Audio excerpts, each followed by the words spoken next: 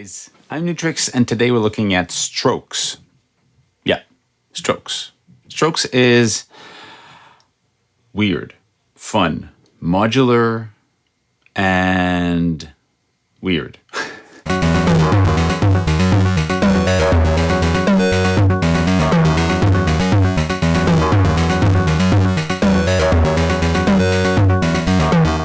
It is bizarre. I would say, it's a tool to create rhythm, notes, but based on kind of a modular logic, but still it's not a modular with patches, but it's the logic of this. Originally, it was made to trigger MIDI stuff and send information to software or hardware. It existed first, I think, in, if I remember well, in Ableton Live, in the Max MSP type of approach. And now it's a standalone, and it's a VST or audio unit. So you can use it in your iPad, in your Mac, I'm guessing in PC also. And it can run on the Mac as a standalone, so you can trigger other devices internally or hardware devices. And you can also use it as a plugin inside a DAW, but it's going to be like a MIDI plugin. It can trigger other devices, which is pretty damn cool. Because let's look at how this works. You have, if you look at it, it kind of you go, okay, where should I look? You've got this big section here, which is the grid, and it's split into two sections. You've got the first one, channel 1, 2, 3, 4. Let's say the accent also, but the 4 channels are channels you can just type in your grid and create rhythm. I can just go in and type in where I want to have notes. And when I press play here, I'm going to have these generating triggers. So there's no information here. It's just musical information. It's strokes. So you've got 16 steps, and it's playing the 16 steps. So you could say, I want to play less of them. I'm going to play just 1, 2, 3, and then it's going to play these 3. Oh, I don't hear anything. Well, because this is just right now, this is just values being sent to nowhere. So either you send it to MIDI to control something else, like a software or hardware, or now with this new version, if you go into voices, in voices, you can actually have, there's an internal synthesizer, actually a lot of them. Click here, you've got a sampler, you can load your own, but there's samples that comes with it. You've got an analog synthesizer, virtual analog, you've got wave shape, FM synth, grain, additive, wavetable, chord, speech, swarm, noise, particles, strings, modal, bass drum, snare drum, and hi-hat. It's just plenty of choices to play with. Now, if I press play, we don't hear it right now. I go bring the gain up. So you've got the kick playing, bring up the kick, brightness, decay. So let's say that's a cool kick drum. I want to use this. If I want to use a snare, I can go the next one and say, oh, of course, I'm going to put a snare, snare, snare. Or I could say, no, this one, this note's going to be Euclidean. So I'm just going to go like this, and I'm going to add where I want to have the snare.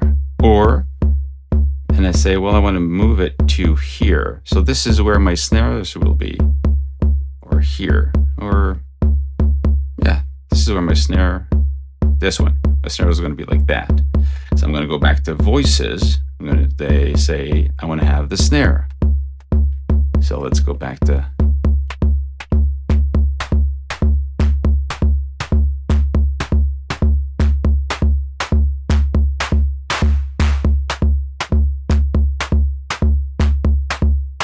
so you get these controls here for the snare, but now let's try to move it and give it a little bit more movement. And just for fun, let's put in a hi-hat, and the hi-hat will be basically, no, that's not it. Let's go back to this one. I'll show you something interesting. I'm going to put the snare, the hi-hat on channel 5. And the hi-hat on channel 5, the reason for this,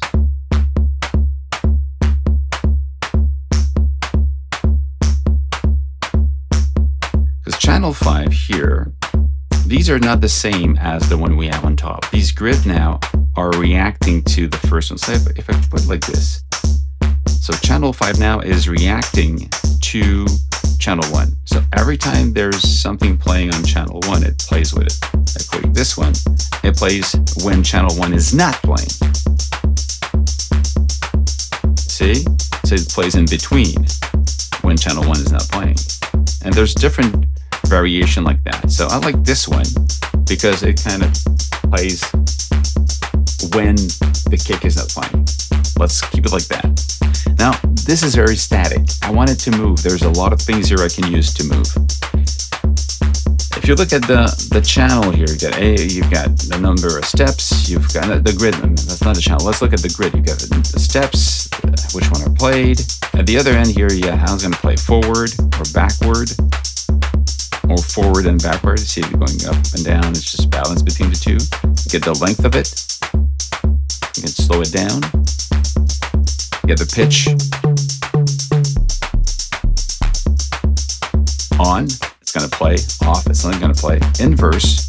Now you're switching to the steps that were on are switched off, and those were off are switched on. So you're reversing, if you want, inversing the steps.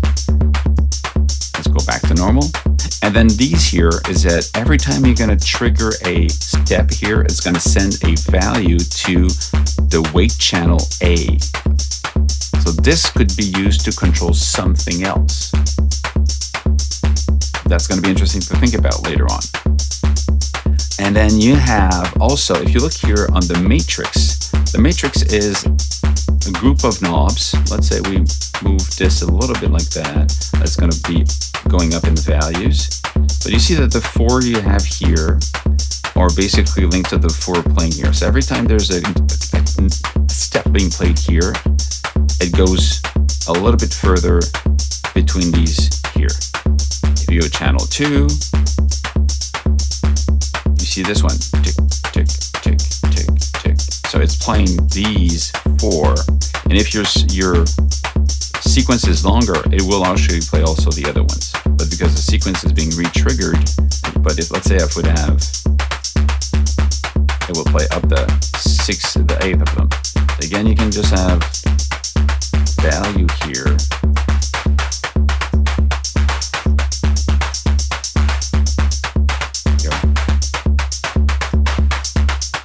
See, interesting. See, this is, now there's a difference in the sound of the snare. Why? Because when you go back into, let's say, if you go into voice and the snare, you click on AB, there's a modulation section here now. Click on modulation, say, matrix channel 2 is sending control to the DK.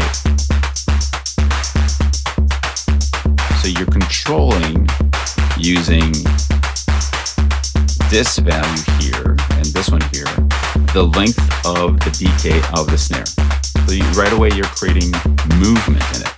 And this is based on the way channel 2 is being played, because you're using 2 to trigger this movement.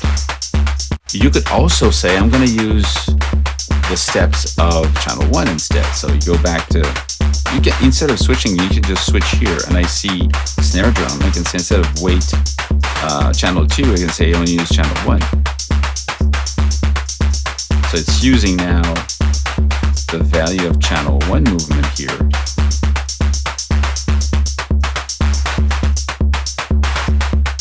So it's not using its own rhythm as a source of the modulation. So it's kind of crossing modulation in between. So this is really interesting. Now let's go a bit further. Let's say channel 4. It's going to be, let's say it's going to be a bass line or a synth, whatever. Let's go voice. And I'm going to say 4 is going to be analog, and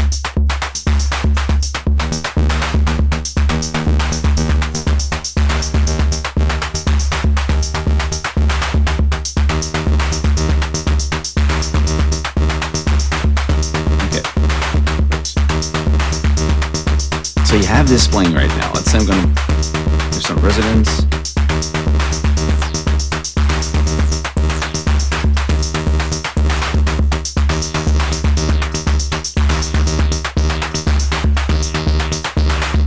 So right away there's a movement in it, again, because This one is by default assigned. Let's go back here to see this one. You see channel 4, the DK is controlling matrix 4. Let's go see what matrix 4 is about. It's using now these 4 here. It's going to go in these line here like that.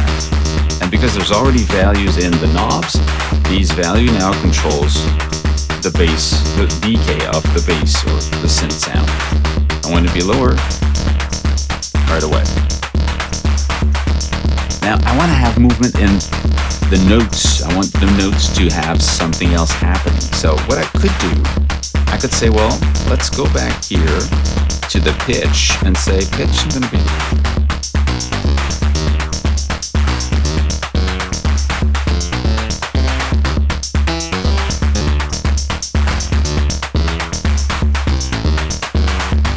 Say, well, I want to use this one instead because you're using this one here. It's channel 2. It's going to be this one I'm saying.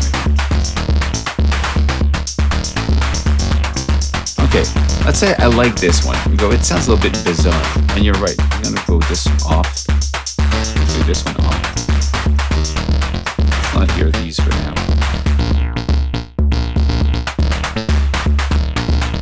Go back here, go, I want to control this so it sounds better, musically speaking. So you can actually go into the modulation section in AV, actually not in the keyboard section, say, I want to limit this to, I'm going to click, these are the notes I don't want to hear.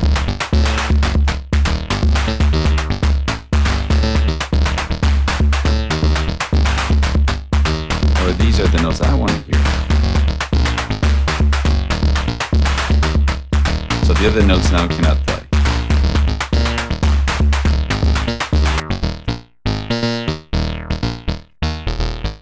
And you still could go here and say, sorry, I'm going to go back here, modulation, and say, I want to control, this one can control how much of the square we hear. This is how much of the saw we hear.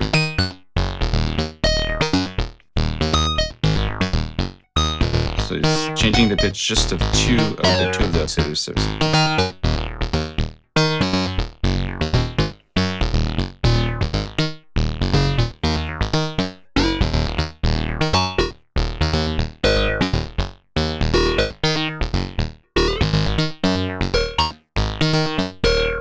That's a cool one. I like that.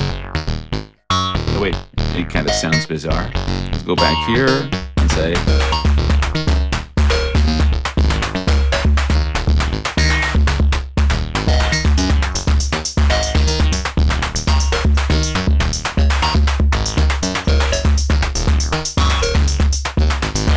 Inversed, forward.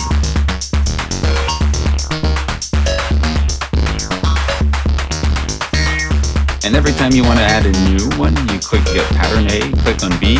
Now I just copied all of this into B, and it can continue working on it. You want to press C, it copies everything to C, working on it. So I would like to have, instead of just clicking there, I would like to click on B and say copy to B, erase B, or reset B. I would like to have a little bit of down option, just like shift click or right click or click and hold type of how it would do. Now keep in mind that this can run as a standalone to control MIDI stuff, hardware and software. This can run inside your favorite DAW to generate patterns and stuff like that, and it's been sent to MIDI to different devices, virtual one in your computer or outside. So it's really fun if you're looking to have that type of rhythm creation, polyrhythmic stuff happening and kind of modulate, kind of modular approach for MIDI. It's a great thing to play with. So I'm going to stop there for now. If you have a question about it, put them below and I'll dive more into it to show other parts of it. And at the same time, it's a very complex and, very powerful solution. So myself, I'm still learning how to really use it to the maximum. And there's probably ways of using it I never thought of up to now. So I like it. I like this kind of modular approach to have that groove in the back that is always evolving, where you can, add in other things and work on top of it. So I like it. It really, really is open and crazy, and at the same time very, mathematical. Yeah, you get what I'm saying. That's it. Stay safe, make more music, and see you soon. Cheers.